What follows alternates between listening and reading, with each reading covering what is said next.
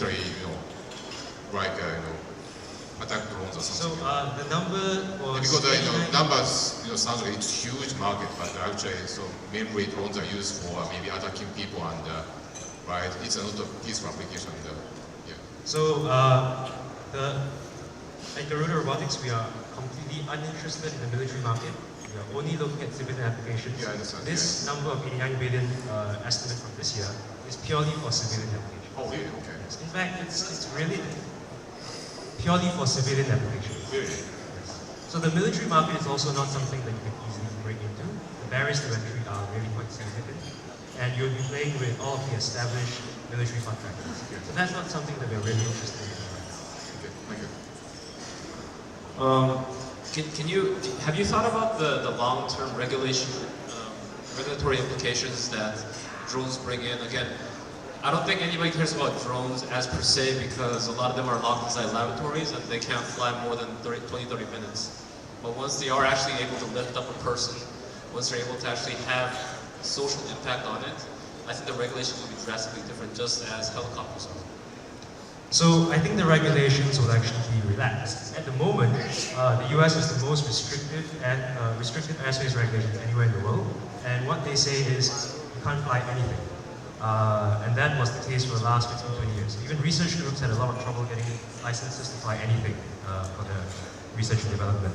But what happened 2 years ago is that Congress mandated that the FAA had to come up with a plan for integrating drones into civilian airspace. The reason is very simple. You can't stop people from building their own drones. You can't stop people from buying these $500 drones and flying them all over the place. So the only solution is to accept the market's going to be there and regulate it somehow. So ConocoPhillips was recently granted a waiver to make use of 2 autonomous drones to inspect one of their offshore oil rigs. And something that we didn't realize until about a year and a half ago was that Australia actually allows you to fly most drones below the ceiling of 150 meters without any license at all. So I think we're going to see an opening up of regulations. We are going to see that these drones have to be integrated into civilian airspace somehow. And I think that as this market is really in its infancy, like I mentioned earlier, we will try to figure out as we go along how best to deal with privacy concerns and trade those off against the benefits that drones will obviously bring.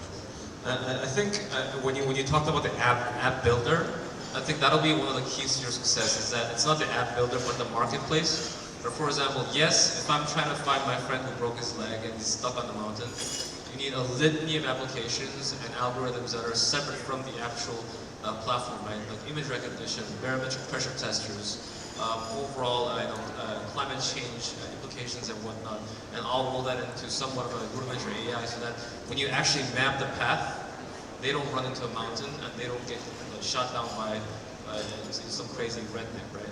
Yeah. So I think the key there is that we're not interested in having everyone spend time building the same things over and over again. If someone's built a working module for finding someone in the desert canyon, have that used by someone else to do some really cool application. And again, as long as that's planned as somewhat of a marketplace action, that'll be very great.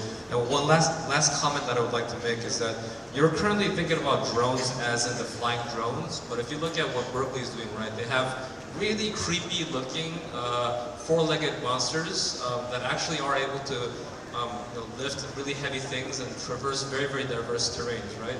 I think that could be a very, very natural market to bleed in and actually much more feasible in the future for your applications of saving lives and getting logistical things done.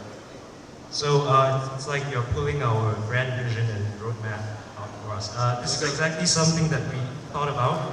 We are not going to limit ourselves to aerial drones. It's just that this is a sector that is currently untapped. But absolutely we see that any sort of robotic system, anything that requires command and control of fleets, will be able to benefit from the platform we're offering. And so eventually we're going to scale out to any sort of ground vehicles, aerial vehicles, underwater vehicles even, and we want to be the platform that supports all of these operations. Okay, so yesterday when we were looking at the 3D bioprinter thing, right, it's kind of easy for non-crazy tech investors who are used to looking at photo sharing apps to be quite easily wowed by something that you just pull out from a lab. When I look at this slide, what sticks out to me is that if the world is spending $356 billion on surveillance drones, which companies are already producing that kind of revenue, number one, and number two, and what equips you to take that money away from them, or at least, you know, take part of that gigantic number later? I'm not sure I understood. You're saying that there will be companies. You're gonna fight people who's already producing $356 billion worth of surveillance drone revenue. That's what this graph says, right? No, so this is the estimated market size for all civilian drone applications. So that number, all those numbers year on year, sum up the potential revenue. So for example, 89 billion, for example, that's like this year. That means like there are companies producing $89 billion worth of drone revenue. There is demand. There's up to $89 billion of demand. So it's not existing market. So perhaps you could have done a better job. So where's the estimates coming from then? There are a bunch of reports that we've collated from different consultancy firms, different firms that are working also in the same space. This is a terribly misleading slide. They're estimating this based on compilation of a few sources. So tell me this, who's producing drones today? Who's already selling surveillance drones to oil and gas companies, to, you know, the rest of the examples? Non-military uses.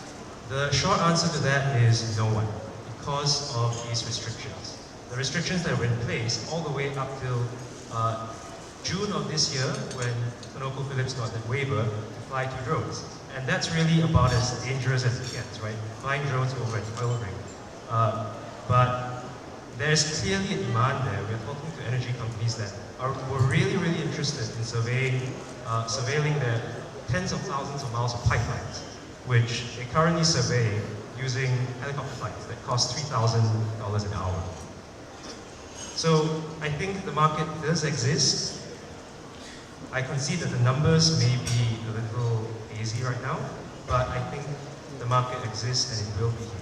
No, I've no doubt that the market exists and will exist, and we're going to see the gigantic number, you know. But what I kind of find a bit dishonest is that that's not what you're trying. I mean, of course, you can sell the sizzle and not the steak. This is a pitch. You're supposed to get people excited, you know. But what I'm looking for is to invest in a business, and what I need to get a sense of, and it's not just me, just for investors who give you money. They want to know how much money do they need to give you for you to get to A to B, and what's that B? So over here, it's like, we say, okay, this technology is cool. It's like watching a YouTube video where this robot comes and cleans your house, like, woo, you know what I mean? So I got that from this pitch. But I didn't get the feeling that you guys really wanted to sell this as a business and say, okay, we're gonna, right now, nobody's buying any drones. ConocoPhillips have 2 drones going out there and they paid some other dude to build it, but we build some kick-ass drones. And we're waiting for regulations to, you know, we're talking to tons of people to build the market for drones. So we're going to be market creators for drones, right? So, I don't know, you know, something along those lines. And that's why I've got a certain, I'm going to have to raise money because I need to keep building this stuff until we've got time to serve the market that's going to emerge. Right, so I think that's more of our fault in not conveying the correct picture.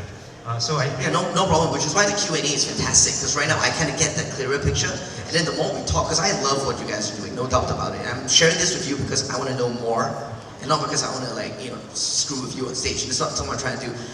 Secondly is that we talked about getting it to a point where you can actually carry out those missions. And then what you mentioned was currently the drones fly at 30 minutes and then they die, and that will change over time. So what's really exciting is, and I'm not a Stephen Hawking scientist or anything, but what's stopping these drones from flying more than 2 hours or 10 hours? Is it battery technology primarily? it is battery technology. So drones exist that make use of petrol or gasoline for fuel. And those are primarily the military ones, yeah. Right? The one that killed Nabila's grandmother. Yes. Yeah, okay. No, just kidding. But we are about saving lives. Sure. Okay, so what's super exciting to me is that when when Elon Musk was approaching the electric car problem, the biggest barrier is battery. If you buy an expensive sports car, you want to drive from San Francisco to LA, right? To high five with Moby and Steven Spielberg down there. That's what you want to do. But if your car can't last that long, like nobody's going to buy that sports car. So Elon had to challenge a lot of the scientists to push on battery technology. What's super fun is if that Garuda Robotics, in your R&D to build drones which fly longer, you in the process create a lot of patents for battery life, and like really kick-ass lightweight batteries that can last for a long time. You'll be creating something that's even bigger than the drone and robotics industry. And I think that's going to be super exciting. So I look forward to talking to you guys. And thanks for sharing. Thank you very much. Wow, thank you, gentlemen. A little glimpse into the future. Man. You know, it's funny, one time I was hiking with somebody and he got bitten by a snake right in his ass. So I called the doctor and the doctor says, well, there's only one way to do it. You're gonna have to bite it and then suck the poison out. I said, oh my God. And then my friend said, what did the doctor say? I said, the doctor says you're gonna die. So, how about the startup arena participants? All these 8 guys, how awesome are they, guys? And the 4 judges giving the tough love and good insights. That's great. So what we are going to do now is to, we have 2 more presentations. I'm going to ask the judges, I guess, you guys are going to come back up for the prize presentation, so please feel free to exit the stage. And we're going to be bringing back up the CEO of FedOx Ventures, and he's going to be sharing some insights. He lives in Silicon Valley, from Silicon Valley, and bring that insights here to apply to Asian startups. Are we ready to rock with that? Is that all ready to go?